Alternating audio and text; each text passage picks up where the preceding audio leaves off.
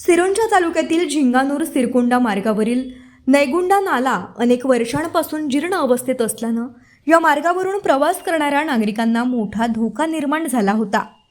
पुलावरील मोठमोठे खड्डे आणि बाहेर आलेल्या लोखंडी सळ्यांमुळे अपघाताची भीती कायम होती।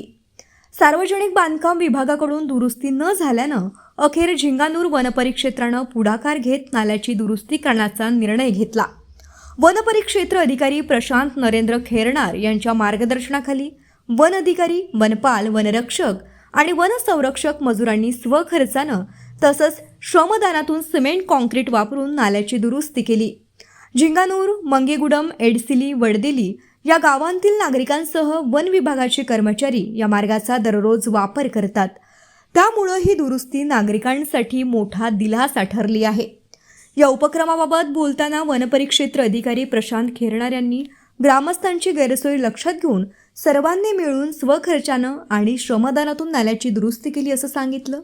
वन विभागाच्या या लोकाभिमुख कामाचं परिसरातील नागरिकांनी मनापासून स्वागत केलं असून सार्वजनिक बांधकाम विभागानेही अशा प्रलंबित कामाकडे तातडीने लक्ष द्यावं अशी मागणी ग्रामस्थांकडून करण्यात येत आहे।